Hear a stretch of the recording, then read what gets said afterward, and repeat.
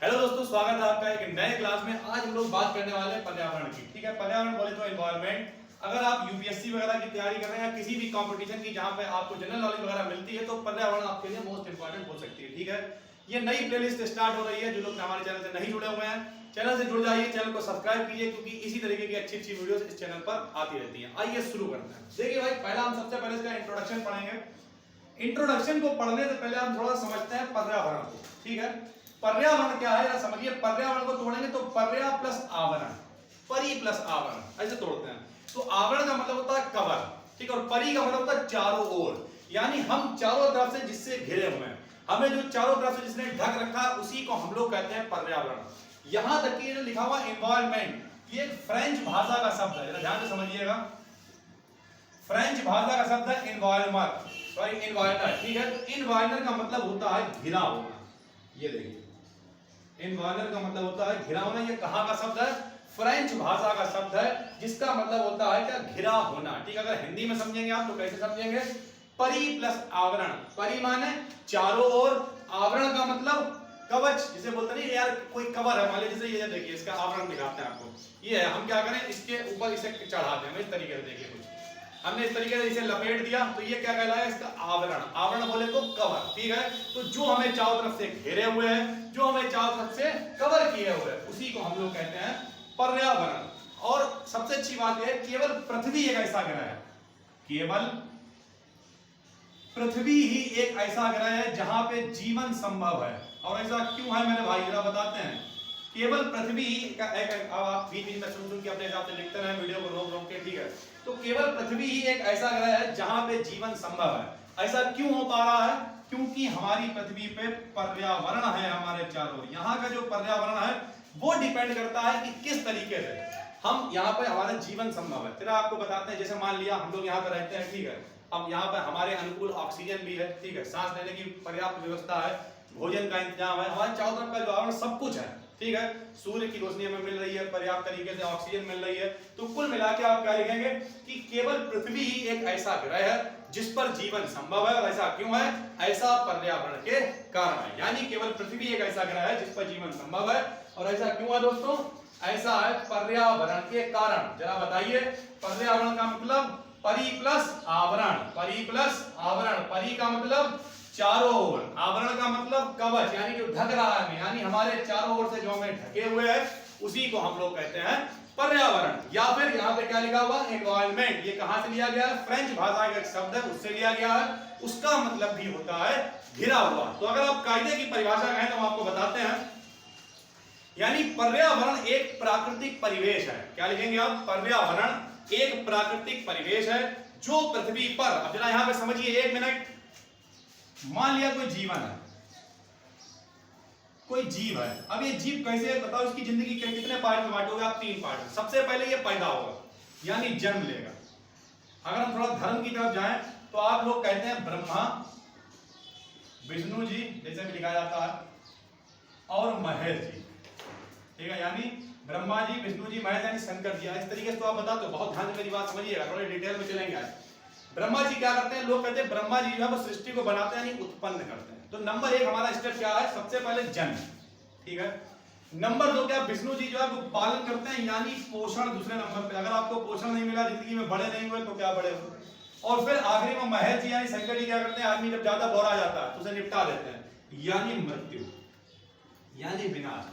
तो पर्यावरण का काम क्या है? पर्यावरण क्या करता है? एक ऐसा परिवेश है जो किसी भी जीव की जन्म, पोषण और मृत्यु के लिए उत्तरदायी होता है। तो आप क्या लिखेंगे, जरा सुनिए। पर्यावरण एक प्राकृतिक परिवेश है जो पृथ्वी पर जीवन को विकसित, पोषित और समाप्त होने में मदद करता है। यानी पर्यावरण क्या है? एक प्राकृतिक परिवेश है। परिवेश का मतलब चारों ओर का एक ऐसा माहौल है। परिवेश मतलब माहौल होता है। यानी पर्यावरण एक प्राकृतिक परिवेश है जो क्या करता है? पृथ्वी पर जीवन को विकसित करने के लिए, विकसित के बाद पोषित करने के लिए, और पोषित करने के साथ साथ समाप्त होने में मदद करता है। ठीक है दोस्तों, तो कुल मिलाकर पर्यावरण एक ऐसा परिवेश है जो पृथ्वी पर जीवन को विकसित, पोषित और समाप्त करने में सहायता करता है। ठीक है भाई, तो ये हमने आपको बता दिया एनवायरनमेंट के बारे में। फिर एनवायरनमेंट हम आपको बता चुके, एक फ्रेंच भाषा का शब्द है जिसका मतलब क्या होता है? घिरा हुआ। ठीक, अब थोड़ी सी बात करेंगे, आगे चलते हैं पर्यावरण संरक्षण अधिनियम 1986 के बारे में। जरा समझिए, पर्यावरण संरक्षण अधिनियम निकाला गया 1986 में। आप लिख देते हैं पर्यावरण संरक्षण अधिनियम 1986। तो अगर आपसे विकल्प में पूछ लिया जाए, कोई बड़ी बात नहीं है, विकल्प में इस तरीके से पूछा जाए, फिलहाल इतने सरल क्वेश्चन यूपीएससी में नहीं आते हैं, लेकिन जो छोटे बड़े पेपर है उनके लिए, उनसे लेवल पे आपसे पूछा जा सकता है कि पर्यावरण अधिनियम कब कब मतलब पारित हुआ या किस तरीके से लागू किया गया। तो आप बता सकते हैं 1986 यानी 1986 में। ठीक है, इसके अनुसार क्या है सुन लीजिए। तो इस अधिनियम के अनुसार यानी इसके अनुसार के अनुसार आप लिखेंगे क्या है इसके अनुसार, कभी कभी कथन में जरूर आ जाता है, ये बात समझ लीजिए। अगर आप यूपीएससी की तैयारी करें तो एक बात आपको बिल्कुल याद रखनी है। क्या याद रखनी है? क्वेश्चन जो है वो विकल्प वाले कम आएंगे। कुछ लोग सोचते हैं यार ये तो क्रांतिकारी बात कही थी, विकल्प नहीं आएंगे। विकल्प आएंगे, लेकिन वो कैसे विकल्प होंगे हम आपको बताते हैं। मान लिया उन्होंने क्या किया, ये इसके ये होता है, ये होता है, ये होता है, ये होता, 4 दे दिया। अब क्या कहेगा, 4 विकल्प और होंगे, ए बी सी और डी। उसमें क्या रहेगा, ए और बी सही है, दूसरा तीसरा सही है, 2 3 4 सही है, या तीनों सही है। अब देखने में कैसा लगता है, सब देखने में ऐसा लगता है यार समझ में नहीं आ रहा ये है क्या। तो आप कब कर पाएंगे, जब आपने डिटेल में पढ़ा होगा कि ये अधिनियम है क्या। अगर आपने अधिनियम पढ़ा है तो पढ़ते ही पता चलता है। जैसे हम तुमसे कहते हैं कि भारत जो है, भारत के पहले प्रधानमंत्री कौन थे, ऐसे लिख दिया और यहाँ पे लिखा पंडित जवाहरलाल नेहरू थे, दूसरा लिख दिया कुछ और, तीसरा लिख दिया कुछ और, चौथा लिख दिया कुछ और। और हम तुमसे कहें यार कि भैया ये पहला दूसरा सही है, दूसरा, तो तुम कहोगे यार क्या बेवकूफी वाला क्वेश्चन कर रहा है यार, तो सीधा सा दिखाई दे रहा है ये सही। क्यों ऐसा क्यों है? क्योंकि आपको क्लियर है इसका यही वाला आंसर, आपने डिटेल में उसके बारे में पढ़ा।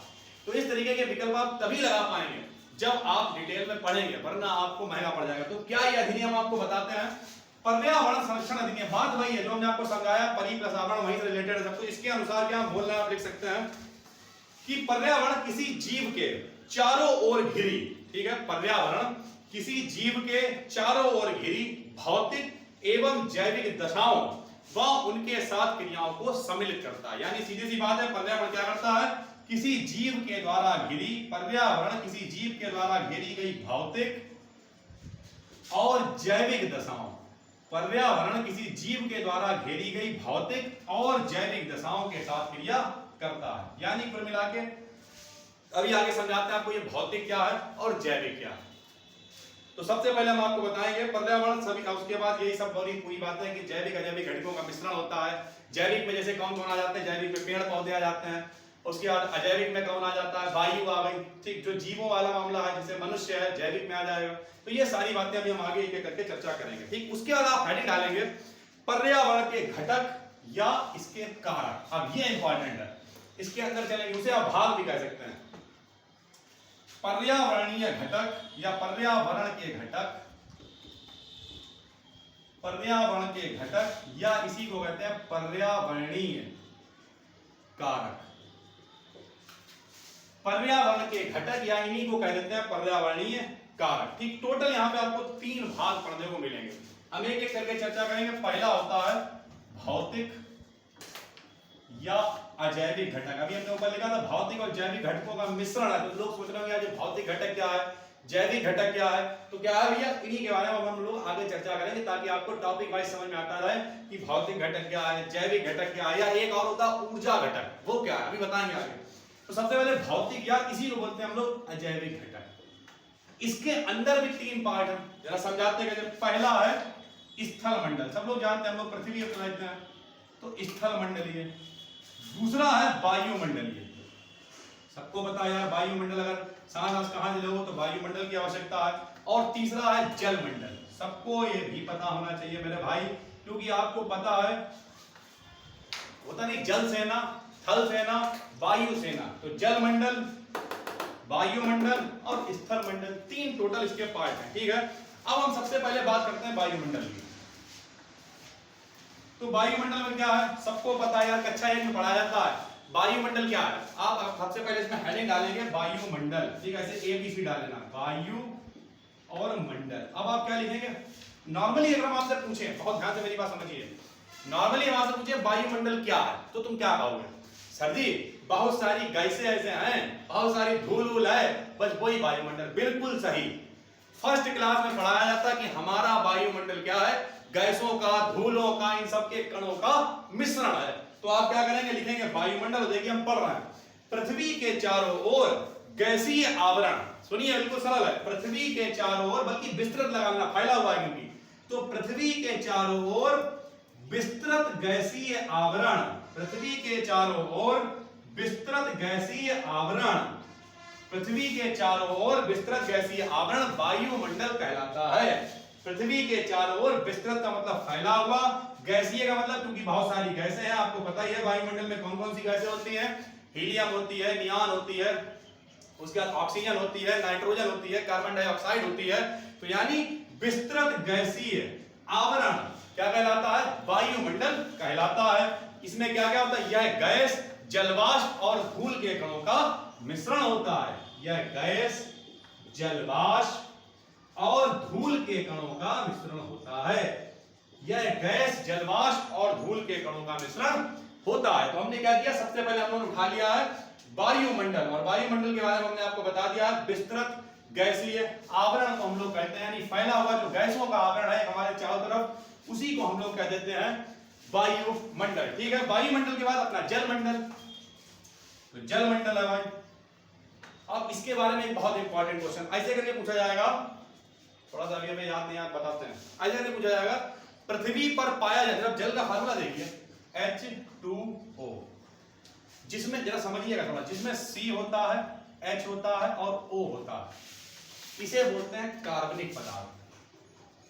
क्या बोलते हैं, कार्बनिक पदार्थ। और जिनमें नहीं होते उन्हें बोलते हैं अकार्बनिक। तो सबसे पहले तो जल भैया कार्बनिक है कि अकार्बनिक है, तो जल अकार्बनिक है नंबर 1। लेकिन पृथ्वी पर पाया जाने वाला एकमात्र अकार्बनिक तरल पदार्थ, एकमात्र अकार्बनिक तरल पदार्थ, तरल समझते हो, मुंह से थूक निकाला तरल होता है, तरल लिक्विड की फॉर्म में, ठीक है। तो पृथ्वी पर पाया जाने वाला एकमात्र अकार्बनिक तरल पदार्थ जल है। ऐसे करके विकल्प में आएगा, कोई बहुत बड़ी बात नहीं है।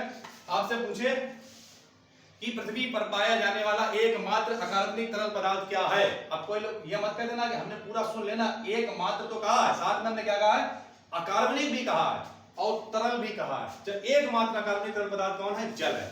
4 विकल्प दे रखे होंगे, आपसे पूछा जाएगा कि कौन सा सही है, तो इस तरीके से आप जल लगा सकते हैं। ठीक है, तो यहाँ पे आप क्या लिखेंगे, जलमंडल में प्रकृति रूप में पृथ्वी पर, प्राकृतिक रूप में, ये एक और इसमें बढ़ा लिया, प्राकृतिक रूप में पृथ्वी पर एकमात्र अकार्बनिक तरल पदार्थ, ठीक है, यानी नेचुरली, बाकी तो है लोगों ने बनाया है आर्टिफिशियल, प्राकृतिक रूप में। ठीक है, तो प्राकृतिक रूप में पृथ्वी पर पाया जाने वाला एकमात्र अकार्बनिक तरल पदार्थ जल है। पृथ्वी पर इसकी कुल मात्रा सेम रहती है, बस चेंज होता रहता है। क्या लिखेंगे आप कि एकमात्र तरल पदार्थ कौन है, जल है। पृथ्वी पर इसकी कुल मात्रा सेम रहती है, यानी समान रहती है। पृथ्वी पर इसकी कुल मात्रा समान रहती है, परंतु यह एक रूप से दूसरे रूप में परिवर्तित होता रहता है। एक रूप समान तो मात्रा है, लेकिन परिवर्तित कैसे हो रहा है, कभी भैया भाप बन के ऊपर बादलों के रूप में चला गया, कभी बादल से फिर पानी बन के बरस गया। तो इस तरीके से क्या होता है, मात्रा तो समान होती है, परंतु यह एक रूप से दूसरे रूप में बदलता रहता है। ठीक है, और इस प्रक्रिया को हम लोग कहते हैं जल चक्र।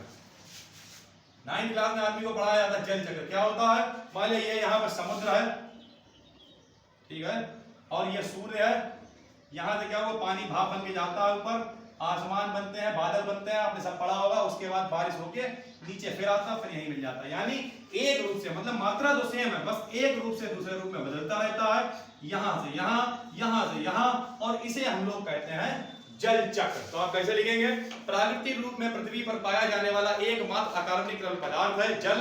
पृथ्वी पर इसकी कुल मात्रा समान रहती है, जबकि यह एक रूप से दूसरे रूप में परिवर्तित होता है, और यह प्रक्रिया कहलाती है जल चक्र। ठीक, इस प्रक्रिया को हम लोग कहते हैं जल चक्र। ठीक है भाई, अगर आपने बेसिक सही से पढ़ा होगा 9th वगैरह क्लास में, तो ये सब आपको पता होगा। फिलहाल तीसरा क्या है, स्थल मंडल या स्थल मंडल, या हम लोग इसमें पढ़ेंगे स्थल मंडल, या आप लिख सकते हैं मृदा, क्योंकि स्थल मंडल में सारा खेल का आएगा, मिट्टी का।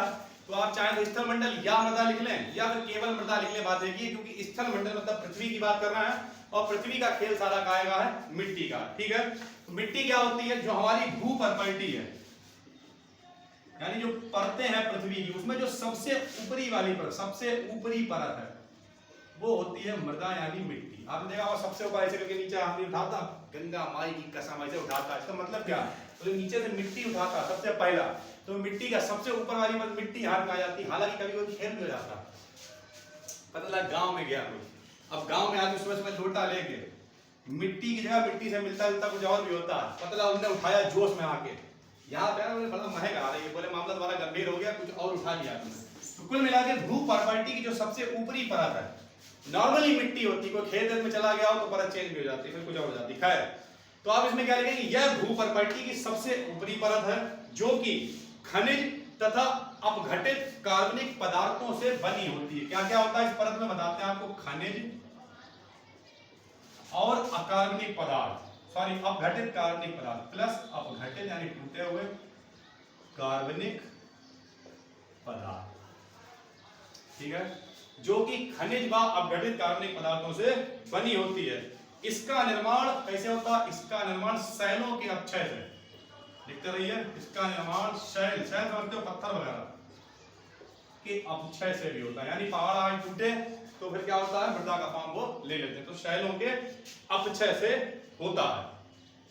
फिर इसका काम क्या होता है भैया, मिट्टी का सारा काम अगर आप ध्यान से समझेंगे तो आप क्या, सबसे पहले आपको इंपॉर्टेंट क्या है, रोटी, खाना, अगर आप खाना है, जिंदा रहना है, जैसे लोग यूपीएससी की तैयारी कर रहे हैं, बहुत अच्छी बात है, भगवान करे जितने लोग देख रहे हैं, जितने लोग भी देख रहे हैं, वो सबके सब जो है खूब बढ़िया बढ़िया जगह पे सिलेक्ट हो, और उसके बाद पता चला हमें कोई पकड़ के ले जा रहा, तुमको अरे सर हमने तो आपको देखा था, तो इस तरीके से कोई टेंशन नहीं, हाँ तो फायदा ही होगा, कोई दिक्कत नहीं है। लेकिन मोस्ट इंपॉर्टेंट क्या है, बेसिक नीड में अगर देखा जाए तो रोटी मोस्ट इंपॉर्टेंट है।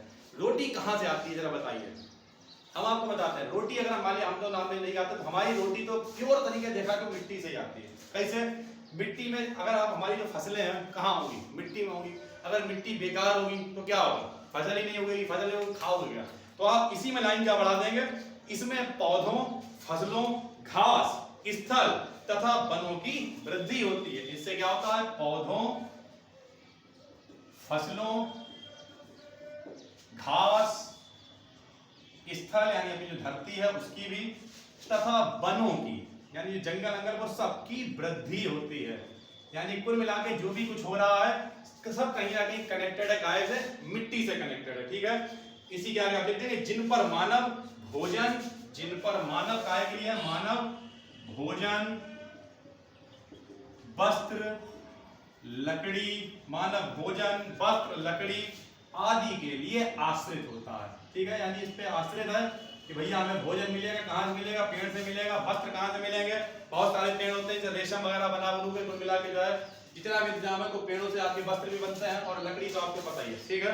तो इस तरीके से ये हमने तीनों बातें कर ली। अपना पहला पार्ट चल रहा था, पहला पार्ट था कौन सा, भौतिक घटक, या उसी को हम लोग कर रहे थे अजैविक घटक। ना समझते चलिएगा, हम चाहते तो साइड आपको दिखा सकते हैं। हमने आपको पहला पार्ट क्या बताया, पहला पार्ट है भौतिक या अजैविक घटक, ये हम लोग पढ़ चुके हैं। भौतिक या, अगर आप नोट्स कार्य तो बनाएंगे तो बहुत ही अच्छे नोट्स हमने खुद छांटे हैं।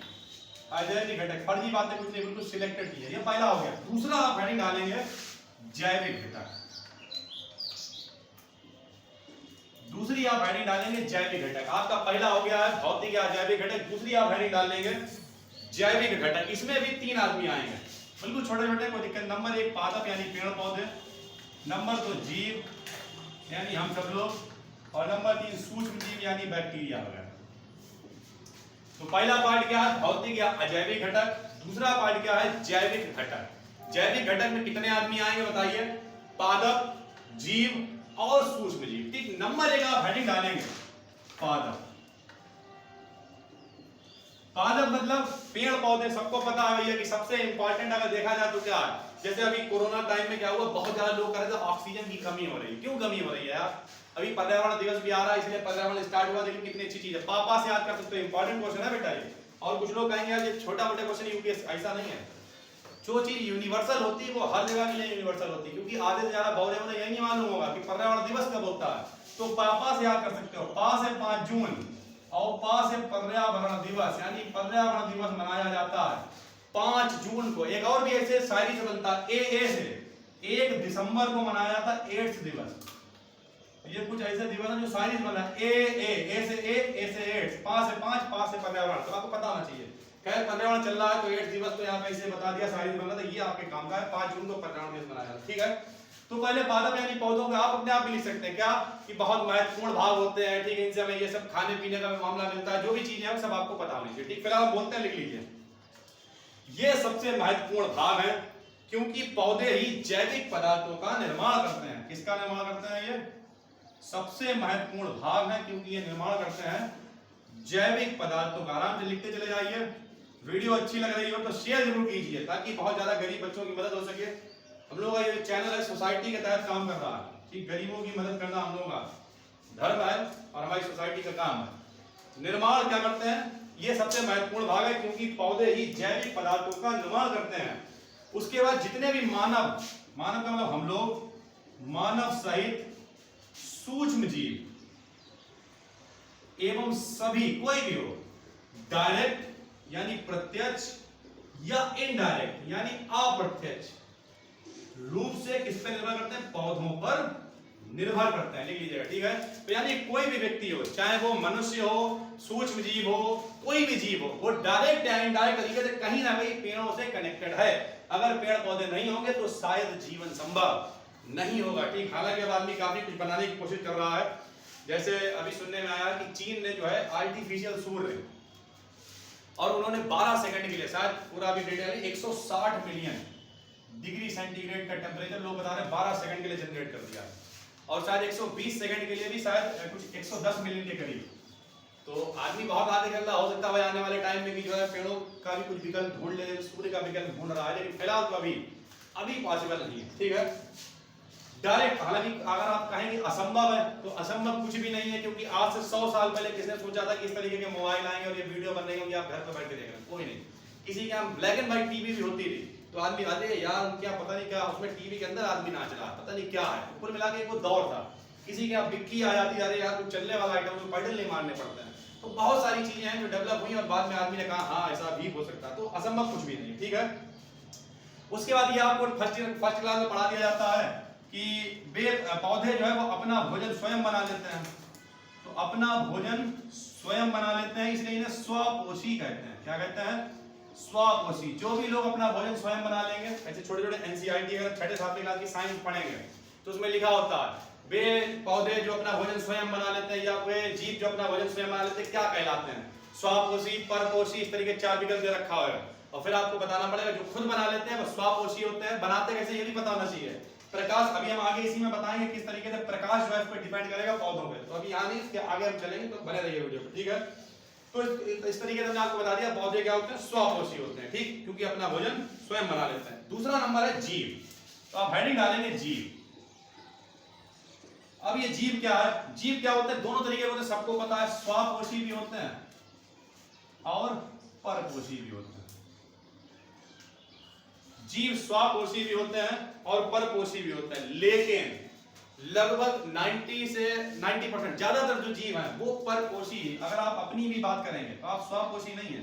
कुछ लोग कहेंगे हम तो खुद कमाते हैं, मेहनत की खाते हैं, किसी के सामने हाथ नहीं फैलाते हैं। ऐसा नहीं है। आप डिपेंड करते हैं, पैसा आपके पास कितना भी हो, लेकिन आपको पौधों की जरूरत है, किसी की जरूरत, किसी का मतलब क्या मतलब अपना भोजन खुद नहीं बना रहा है। किसी मुर्गे को खा गए, पेड़ से फल तोड़ के खा गए, तो दूसरों पर निर्भर कर रहे हैं आप, इसलिए आप भी क्या है? परपोषी है। तो अधिकांश क्या लिखेंगे आप कि जितने भी जीव होते हैं वो दोनों प्रकार के होते हैं, स्वपोषी भी, परपोषी भी। लेकिन अधिकांश जो जीव होते हैं वो क्या करते हैं? अधिकांश जीव क्या होते हैं? परपोषी होते हैं, यानी अपना भोजन स्वयं नहीं बना पाते हैं, ठीक। अब स्वपोषी की अगर बात करें तो स्वपोषी कोई सही नाम बताइए, हमें तो नहीं मालूम, तो इसका नाम लिखा है साइनोबैक्टीरिया। इसका एक उदाहरण, साइनोबैक्टीरिया जो है वो होता है स्वपोषी। और परपोषी में तो बहुत सारे हैं, ऊंट, बैल, गधा, कुत्ता सब परपोषी है, ठीक है, परपोषी है, ठीक। अब परपोषी में भी ब्रांड है। कुछ लोग भैया पौधों पे निर्भर कर रहे हैं, कुछ लोग क्या मुर्गा खा के काम चला रहे हैं। तो परपोषी के अंदर भी ब्रांड है, जरा दिखाते हैं आपको। यह है परपोषी, और परपोषी के अंदर नंबर 1 होते हैं मृतजीवी, नंबर 2 होते हैं परजीवी, और नंबर 3 होते हैं प्राणी समभोजी। बिल्कुल बहुत मस्त टॉपिक, अगर आप लाइन से पढ़ेंगे, हमेशा कहते हैं कठिन कुछ नहीं होता, ठीक। आपको सही बता रहे हैं। एक ऐसा दौर था जब हमने पढ़ाना स्टार्ट किया तो हमें यही समझ नहीं आता किताब से नोट्स कैसे बनते हैं। लेकिन फिर धीरे धीरे एक्सपीरियंस आया, खुद नोट्स बनाने लगे, खुद लिखवाने लगे, और अब तो कभी कभी जरूरत ही नहीं पड़ती है, ऐसे ही बोल के पता चला, कुछ पूछा आदमी ने, चलो ठीक है ऐसे हो गया, मुझे 10 साल हो गया मैं भी पढ़ाता हूँ। तो सीधी सी बात यही है, कितना परपोषी को आप कैसे डिवाइड करेंगे, मृतजीवी, परजीवी और प्राणी समभोजी। ठीक, मृतजीवी क्या होता है थोड़ा थोड़ा इनके बारे में बता देते हैं। जो क्या होते हैं, पहले परजीवी बताते हैं। परजीवी का पर मतलब दूसरे के लिए, ठीक है, तो पर का मतलब जो अन्य जीवों पर निर्भर करते हैं, जो अन्य जीवों पर निर्भर करते हैं वो कहलाते हैं परजीवी, ठीक है। प्राणी समभोजी क्या होते हैं, प्राणी समभोजी जो होते हैं जो खाना मुंह से खाते हैं। कुछ लोग कहेंगे यार मुंह से तो सब खाते हैं, ऐसा नहीं है, अलग अलग तरीका है, बहुतों के मुंह ही नहीं होता, कहां क्या।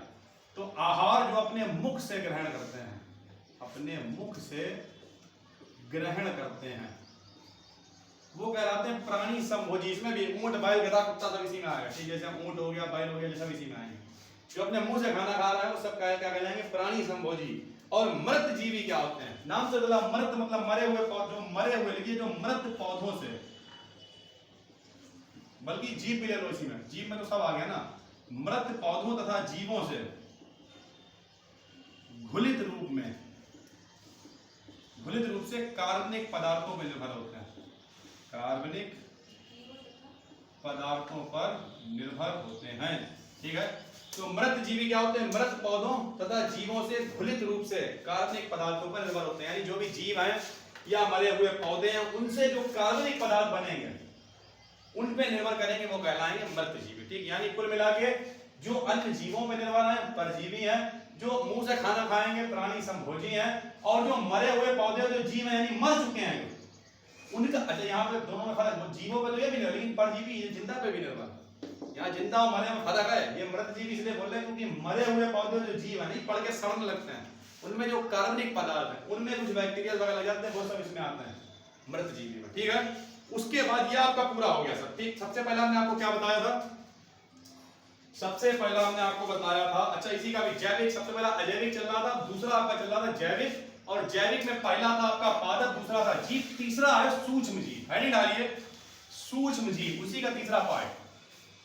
अभी जैविक घटक चल रहा है, इसी का तीसरा पार्ट है सूक्ष्म जीव, या इन्हीं को कहते हैं वियोजक, क्योंकि यही तो तोड़ देते हैं, चीजों को पलट देते हैं, बदल देते हैं। तो सूक्ष्म जीव या इसी को कहते हैं वियोजक, उसी का सी पार्ट है ये जैविक वालों का। तो बहुत ही सरल है, नाम हमने वियोजक इसलिए लिख दिया ताकि आपकी समझ में आ जाए। वियोजक का मतलब जो गला दें, मर गया मान लिया कोई, उसे गला दिया, सड़ा दिया, वही क्या कहलाएंगे, सूक्ष्म जीव या वियोजक कहलाएंगे। तो आप कैसे लिखेंगे, ये मृत पौधों जंतुओं के जैविक पदार्थ को सड़ा गलाकर वियोजित कर देते हैं, यानी क्या करते हैं, ये मृत पौधों कौमा जंतुओं के जैविक पदार्थों को, लिखते चले जाइए। वीडियो अच्छी लगे तो शेयर जरूर करिएगा ताकि लोगों की मदद हो, लाइक जरूर करा करो, सब्सक्राइब करा करो चैनल को, ताकि भविष्य में भी अच्छी अच्छी वीडियो आपको मिले। तो ये मृत पौधों जंतुओं के जैविक पदार्थों को सड़ा गलाकर वियोजित कर देते हैं, तो सड़ा गलाकर वियोजित कर देते हैं, सड़ा गलाकर वियोजित कर देते हैं। और जब वियोजन हो रहा होता तभी अपना आहार भी ले लेते हैं, लेकिन वियोजन के समय ही ये अपना आहार ग्रहण करते हैं, वियोजन के समय ही अपना आहार ग्रहण करते हैं। इसमें कौन कौन आता है, इसमें बैक्टीरिया आते हैं और इसी में आते हैं कवक, बैक्टीरिया तथा कवक इसी में आते हैं, ठीक है। तो इनमें कौन कौन आ गया, सूक्ष्म जीव में बैक्टीरिया आ गया है, कवक आ गया है, ये सब इन्हीं में सम्मिलित होते हैं। तो सबसे पहला हमने आपको बताइए क्या बताया, सबसे पहला बताया भौतिक या अजैविक घटक, दूसरा हमने आपको क्या बताया जैविक घटक, और फिर जैविक के अंदर हमने आपको ये 3 पॉइंट लिखा दिए, ये 2 आपके पार्ट हो गए। तीसरा और आखिरी भाग क्या है, तीसरा भाग है ऊर्जा संघटक, ऊर्जा संघटक। तो पहला था अजैविक घटक, दूसरा था जैविक घटक, और तीसरा है ऊर्जा संघटक। अगर आप सही से पढ़ रहे होंगे तो आपको केवल एक बार कॉपी रिवाइज करनी पड़ेगी, उसके अलावा फिर कुछ करने की जरूरत नहीं है। इसके अंदर क्या क्या आता है, लिखिए, हम बोलना लिखिए, इसके अंतर्गत सौर प्रकाश, यानी सूर्य से आने वाला, इसके अंतर्गत सौर प्रकाश, सौर विकिरण, इसके अंतर्गत सौर प्रकाश, सौर विकिरण आदि को शामिल किया गया है। सौर प्रकाश, सौर विकिरण आदि को शामिल किया गया है। सबको पता है भैया सूर्य से प्राप्त होने वाली ऊर्जा क्या कहलाती है? सौर ऊर्जा। सूर्य से प्राप्त ऊर्जा कहलाती है सौर ऊर्जा। और भैया जो सूर्य से प्रकाश आता है, जरा देखिएगा, ये चलता है विद्युत चुंबकीय तरंगों या विकिरण की फॉर्म में, विद्युत चुंबकीय तरंगों या विकिरण के रूप में चलता है। इसीलिए हम लोग इसे प्रकाश को, जो सूर्य वाला प्रकाश है, इसी को कहते हैं विद्युत चुंबकीय विकिरण। तो आपसे प्रकाश कहे या विद्युत चुंबकीय विकिरण कहे, बात एक ही है। इसका मतलब ये सूर्य के प्रकाश की ही बात कर रहा है। ठीक है, जरा सुनिए। सबसे पहले क्या है, ऊर्जा संगठन किसे रखा गया? सौर के प्रकाश को, और सौर विकिरण को रखा गया। विकिरण क्या होता है? एक्चुअल में प्रकाश के चलने की विधि होती है, थोड़ा समझाते हैं। एक होता है चालन, एक होता है संवहन, और एक होता है विकिरण। हमें चालन और संवहन पे नहीं जाने, टाइम नहीं अपना इतना। विकिरण समझो। विकिरण क्या होता है? जहां से सोर्स है, जहां से चीज आ रही है, और जहां पे तुम हो, जैसे ये सूर्य कभी तुम्हें अपनी ऊर्जा देने आया? नहीं। कभी तुम सूर्य के पास ऊर्जा देने गए? नहीं। इसका मतलब स्रोत जहां पे है वो वहीं रहेगा, और लेने वाला यानी श्रोता जहां पे वो भी वहीं रहेगा, और ऊर्जा का आदान प्रदान होता रहेगा। तब इसे कहते हैं विकिरण। क्या कहते हैं? विकिरण। यानी जहां से चीज आ रही है, जैसे मान लिया हम आपसे क्या कहें, हम यहीं पे, ये भी देखिए एक तरीके से विकिरण ही हो रहा है। कैसे? हम यहीं पे, हम अपने घर पे हैं, तुम अपने घर पे हो, लेकिन वीडियो आपके पास पहुंच रही है। यानी जो स्रोत है वो अपने घर पे खड़ा हुआ है, श्रोता अपने घर पे है, लेकिन वीडियो तब भी आ रही है। इसी को तो विकिरण कहते हैं। विकिरण का मतलब क्या है? कोई कहीं नहीं जाएगा, सब लोग अपनी अपनी जगह पे हैं, लॉकडाउन का पालन भी कर रहे हैं, मौज भी ले रहे हैं, और देखिए विकिरण के जरिए हम आपके पास पहुंच पा रहे हैं। ठीक है, तो यानी कुल मिलाकर जो सूर्य का प्रकाश आता है, कैसा आता है? विकिरण की फॉर्म में आता है, या विद्युत चुंबकीय तरंगें भी कहते हैं, इसीलिए इसे सूर्य के प्रकाश को ही बोल देते हैं विद्युत चुंबकीय विकिरण। ठीक है भाई, अब आगे समझाते हैं। सूर्य की जो बाहरी सतह है ऊर्जा का उत्सर्जन करती है। सूर्य से क्या निकलती है? लगातार ऊर्जा। जैसे सूर्य है, इससे लगातार ऊर्जा निकलती है। जरा सुनिए, यहाँ पे एक वैज्ञानिक थे, उनका नाम था प्लांक। जरा सुनिए, उन्होंने कहा जो प्रकाश होता है वो डायरेक्ट नहीं बल्कि छोटे छोटे पैकेटों या बंडलों के रूप में आता है, और एक बंडल को कहते हैं फोटॉन या क्वांटा। यानी सूर्य से लगातार क्या निकल रही है? ऊर्जा, और ऊर्जा के पैकेट को ही हम लोग कहेंगे फोटॉन या फिर कहेंगे क्वांटा। ठीक है, तो सूर्य की बात हो रही है। सूर्य लगातार ऊर्जा को उत्सर्जित करता रहता है, जिसे हम लोग फोटॉन या क्वांटा कहते हैं। ठीक है भाई, अगर इसकी कोई ऊर्जा पूछ ले तो आपको पता होना चाहिए, इसकी ऊर्जा होती है एच न्यू। एच यहाँ पे प्लांक नियतांक है, न्यू प्रकाश की आवृत्ति। नहीं बनाना आता तो ऐसे न्यू, ये बनता है न्यू। न्यू मतलब आवृत्ति है। ये आवृत्ति क्या होती है? कोई भी काम एक सेकंड में, एक तार लिया, पकड़ के खींच के छोड़ा, जो कंपन होएगा, इसी को हम लोग कहेंगे आवृत्ति। एक सेकंड में कोई भी काम जो हो रहा है उसी को आवृत्ति कहते हैं। मान लिया आपका मूड खराब हो गया, आपने किसी की चप्पलें मारनी शुरू कर दी, एक सेकंड में जितनी चप्पलें पड़ेंगी, चप्पलों की आवृत्ति हो जाएगी। तो कुल मिला के आवृत्ति का मतलब एक सेकंड में जो कंपन हो रहा है उसी को आवृत्ति कहते हैं। ठीक है, तो ये क्या होता है? सूर्य लगातार ऊर्जा को उत्सर्जित करता है, जिसे हम लोग कहते हैं फोटॉन या क्वांटा। ठीक, पृथ्वी की सतह पर जो ऊर्जा प्राप्त होती है उसे क्या कहते हैं? ये भी लिख लिया। ऊर्जा तो यहां से निकली, लेकिन जो पृथ्वी की सतह पर ऊर्जा प्राप्त होती है उसे कहते हैं सूर्यातप। सूर्यातप या सौर विकिरण। यानी आप ऐसे लिखेंगे, पृथ्वी की सतह पर प्राप्त होने वाली सौर ऊर्जा को सूर्यातप या सौर विकिरण कहते हैं। सूर्यातप या सौर विकिरण कहते हैं।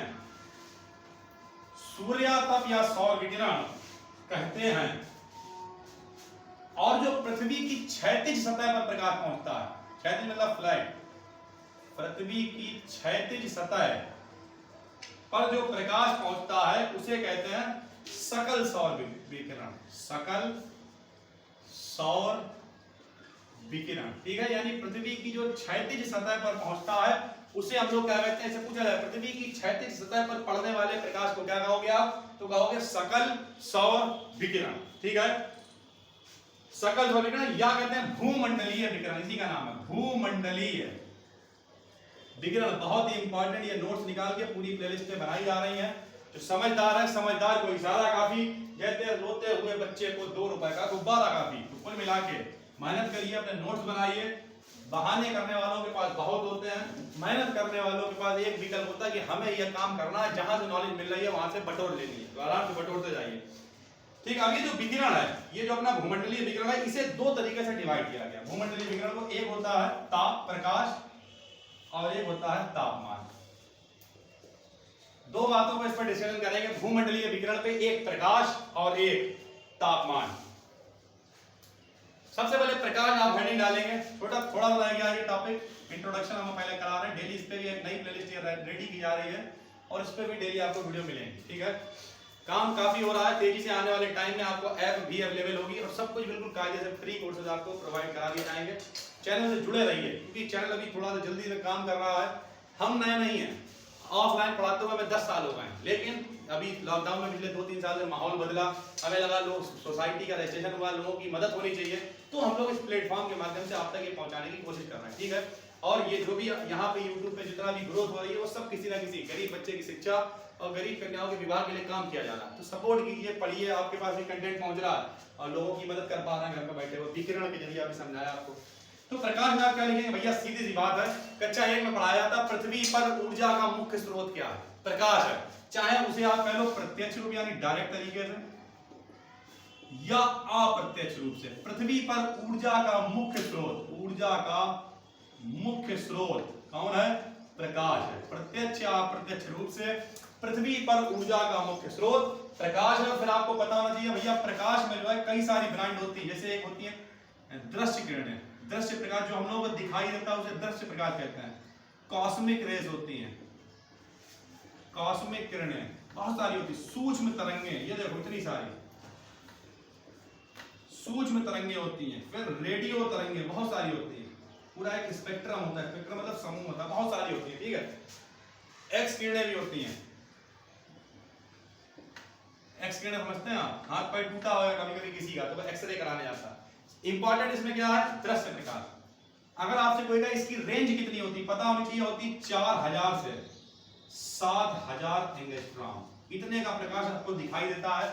नैनोमीटर में लिखोगे तो 400 से 700 नैनोमीटर, ये भी आपको पता होना चाहिए। तो दृश्य प्रकाश की जो रेंज है वो 4000 से 7000 एंगस्ट्रॉम है या 400 से 700 नैनोमीटर है, ठीक है, आपको बिल्कुल पता होना चाहिए। उसके बाद एक चीज आपका और काम का है, अच्छा इसी को दृश्य प्रकाश का एक नाम और भी होता है, ये भी आप लिख लीजिए, यहां लिख देते हैं हम। दृश्य प्रकाश का एक नाम और है प्रकाश संश्लेषी, प्रकाश संश्लेषी सक्रिय विकिरण, इसी का नाम है ये। वैसे कठिन नाम आ जाते हैं, आदमी कहता है ये पता नहीं क्या आ गया, पता उसे होता है, पता सोच के देखिए आ गया, प्रकाश संश्लेषी सक्रिय विकिरण की परास होता है ये। मुझे लोग अरे यार ये क्या है, सुना ही नहीं, कौन सा प्रकाश है भैया, दृश्य प्रकाश ही होता है यार, इतनी रेंज होती है, ठीक है, तो पता होना चाहिए। उसके बाद एक जो परावैंगनी किरण, सबने सुना होगा यार, सूर्य का परावैंगनी प्रकाश आ जाता, ओजोन परत रक्षा करती, सुना। तो कुल मिलाकर जो परावैंगनी किरणें होती हैं उनके भी 3 प्रकार होते हैं, हम यहाँ लिख देते हैं। परावैंगनी जो किरणें हैं 3 टाइप होते हैं, पहला होता है यूवीसी टाइप, दूसरा होता है अरे यार एबीसी नाम दिया और क्या, यूवी बी टाइप और यूवी ए टाइप। यूवी मतलब अल्ट्रा वायलेट, यानी परावैंगनी किरणें 3 टाइप है एबीसी। इसमें यहाँ में सबसे ऊपर क्यों लिखी है, इनकी रेंज होती है 100 से 280 नैनोमीटर, इनकी होती है 280 से 320 नैनोमीटर और इनकी होती है 320 से 400 नैनोमीटर। ये बहुत खतरनाक होती है, घातक, अगर एक बार पढ़ लेंगे तो मर जाओगे। ये हानिकारक होती है, मतलब कम है, घातक लेकिन हानिकारक, और ये ठीक है, नॉर्मल है, कोई टेंशन नहीं है। तो ए वाली है वो ठीक है, बी वाली हानिकारक है, सी वाली बहुत ही खतरनाक है, घातक है, ठीक है। और जाइए, उम्मीद करते हैं आप लिख रहे हैं, ये क्लास भी बस थोड़ी देर में खत्म होने वाला है, 10-5 मिनट का बचा हुआ है। अब प्रकाश का पौधों पे प्रभाव क्या पड़ता है, प्रकाश आपने हेडिंग डाल रखी है, आप डालेंगे पौधों पर प्रभाव। प्रकाश का पौधों पे कुछ प्रभाव ही तो पड़ता है भैया, सबको पता है यार, नंबर 1 तो पॉइंट यही हो गया। प्रकाश भोजन कैसे बनाते हैं, पौधे भोजन बनाते हैं प्रकाश संश्लेषण क्रिया द्वारा, सबको पता होना चाहिए, कक्षा 1 में पढ़ाया जाता है। प्रकाश संश्लेषण से पौधे अपना भोजन बनाते हैं। इसमें ये लोग कौन लेते हैं, CO2, निकलती कौन है, O2, वही हम लोग सांस के रूप में लेते हैं, याद है। तो कुल मिला के प्रकाश संश्लेषण, पौधों पे प्रभाव, सूर्य की कैसे लिखोगे, पौधों पे प्रभाव क्या होता है प्रकाश का, तो नंबर 1 क्या लिखोगे आप, पौधों, प्रकाश की सहायता से ही पौधे क्या करते हैं, प्रकाश संश्लेषण की क्रिया करते हैं और भोजन बनाते हैं, यही है पौधों पे प्रभाव, ठीक है। साथ साथ लिख सकते हैं प्रकाश जो है वो पौधों की वृद्धि में सहायक होता है, वृद्धि में सहायक होता है प्रकाश, ठीक है। तो ये पौधों पर प्रकाश प्रभाव हो गया। फिर नंबर 2 आप डालिएगा प्रकाश का जलीय तंत्र पर प्रभाव, यानी जो जलीय सिस्टम वाटर सिस्टम है, प्रकाश का जलीय तंत्र पर प्रभाव। बिल्कुल सिस्टम बाय सिस्टम चल रहा है, बिल्कुल भी कंफ्यूज होने की जरूरत नहीं है, चलते रहिए, बस खत्म ही होने वाला है। प्रकाश का जलीय तंत्र पर प्रभाव, जलीय तंत्र जो है वो भेदन क्षमता के आधार पर तोड़ेंगे। प्रकाश जब पड़ेगा, भेदन वाला समझते हो, भेदना, पेनिट्रेट कर जाना, ड्रिल समझते हो, ड्रिल मशीन आदमी भेद देता। तो भेदन क्षमता के अकॉर्डिंग 3 प्रकार के होते हैं। एक होता है बेलांचल क्षेत्र, जल की बात कर रहा हूं, बेलांचल क्षेत्र। दूसरा होता है सरोजाबी क्षेत्र, लोग सोच रहे हैं अब तो बहुत कठिन, अरे कुछ नहीं कठिन है यार, अभी देखो जरा। और तीसरा होता है गहरा क्षेत्र, तीसरा होता है गहरा क्षेत्र, यानी भेदन क्षमता के अकॉर्डिंग जो जलीय तंत्र है उसे कितने प्रकार में बांट हो गया, 3 प्रकार में, बेलांचल क्षेत्र, सरोजाबी क्षेत्र और गहरा क्षेत्र। ठीक है, तो हम यहाँ पे लिखेंगे नहीं, आपको बता देना है बेलांचल क्षेत्र क्या होता है। बेलांचल क्षेत्र का जो झील के किनारे कम नहीं, छिछला टाइप का, मतलब कम गहरा होता है, बहुत कम गहरा। लिख सकते हो झील के किनारे छिछला क्षेत्र, झील के किनारे छिछला, तो कम गहरा, झील के किनारे छिछला जल जो होता है उसी को हम लोग कहते हैं बेलांचल। और इसमें जड़ युक्त वनस्पति उगती है, जड़ युक्त वनस्पति जो होती है उसमें दिखाई देती है, जड़ युक्त वनस्पति इस क्षेत्र में ही उगती है। ठीक है, जड़ युक्त वनस्पति इस क्षेत्र में उगती है, कहलाता है बेलांचल क्षेत्र। दूसरा होता है बेलांचल के आगे, जिसमें 20 से 40 मीटर गहराई पे जो जल होता है, 20 से 40 मीटर गहराई पे जो जल होता है उसे कहते हैं सरोजाबी क्षेत्र। ठीक है, 20 से 40 मीटर गहराई वाला जल कहलाता है सरोजाबी क्षेत्र। और जो बहुत गहरा होता है, जहां अंधकार होता है, प्रकाश पहुंचता ही नहीं, अंधकार वाला क्षेत्र जहां प्रकाश नहीं पहुंचता है उसे कहते हैं गहरा क्षेत्र। जो घोंगा वगैरह होते हैं, सोचा है तुम मछली मान सरोवर की, मैं सागर तट का हूं घोंगा, बिल्कुल नीचे रहता है घोंगा। तो जो घोंगा वोंगा रहते हैं, जो जितने भी क्षेत्र होते हैं, घोंगा हो गया, स्लग हो गया, ये भी जीव होता है, सूक्ष्म जीव जितने भी हैं वो सब यही रहते हैं। इनका निवास स्थान, बोले घोंगा भाई साहब आपका निवास स्थान कहां है, बोले गहरे क्षेत्र में, छोटा मोटा काम नहीं। ठीक है, तो ये आपका पूरा हो गया है।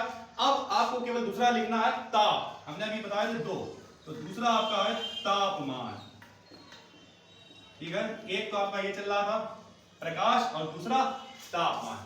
तो तापमान में हम क्या लिखेंगे, अब थोड़ा ताप हम आपको समझा देते हैं और फिर ये टॉपिक आपका खत्म हो रहा है। ताप क्या होता है, जैसे ही ताप के बारे में बताते हैं लोगों के दिमाग में एक बात आती है गर्म, ऐसा नहीं है। अगर हम कहें 0 डिग्री सेंटीग्रेड ताप है, तभी तो ताप बोलना है। यानी कोई भी चीज जब बहुत ज्यादा गर्म होगी या बहुत ज्यादा ठंडी होगी तो हम लोग कहेंगे इसका ताप बहुत ज्यादा है या इसका ताप बहुत कम है। यानी सरल भाषा में कहें तो किसी भी वस्तु के ठंडेपन या गर्माहट की माप को ताप कहते हैं, बस इतनी सी बात है। क्या लिखेंगे आप, किसी वस्तु के ठंडेपन या गर्माहट की माप को ताप कहते हैं, किसी वस्तु के ठंडेपन या गर्माहट की माप को ताप कहते हैं, किसी वस्तु के ठंडेपन या गर्माहट की माप को ताप कहते हैं। ठीक है भाई, अब यहाँ पे हम लोग चैप्टर वाइज नहीं चल रहे, इसी में आप एक बात और लिख लीजिए, ताप पर क्या लिखा, ताप कहते हैं, लिखिए यह पौधों की वृद्धि,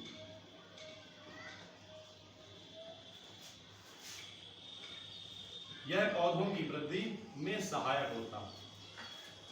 अब कैसे लिखा ये तुमने देखा होगा रेगिस्तान में बहुत अधिक टेम्परेचर होता है, पौधे कैसे होते हैं, होते नहीं है, कैक्टस उल पौधे होते हैं। जहाँ पे टेम्परेचर अच्छा वहाँ पे पौधे भी बढ़िया होते हैं, यानी टेम्परेचर का फर्क पड़ रहा है पौधों पे, जैसा टेम्परेचर वैसे ही पेड़ पौधे होंगे। ठीक है, ये पहला चैप्टर इंट्रोडक्शन आपका चल रहा था, हालांकि अभी इसमें थोड़ा सा रह गया है, तो हम चैप्टर वाइज नहीं, ये प्लेलिस्ट आपको टॉपिक वाइज मिल रही है। ठीक है, आराम से प्लेलिस्ट लाइन से देखते चले जाइए। चैनल पे अगर नए हैं तो चैनल को सब्सक्राइब कर लीजिए, क्योंकि इसी तरीके की बहुत अच्छी अच्छी वीडियो आगे चैनल पे आने वाली है। बुरी लगी हो तो डिसलाइक मत करना यार, मेहनत बहुत लगती है, वो पंखा भी चलता है, पूरी अपनी तरफ से 100% दे रहे हैं और भी अच्छा करने की कोशिश है। ठीक है, आप शेयर कीजिए, सब्सक्राइब कीजिए, हम मिलते हैं आपसे एक और वीडियो में, तब तक के लिए जय हिंद, जय भारत।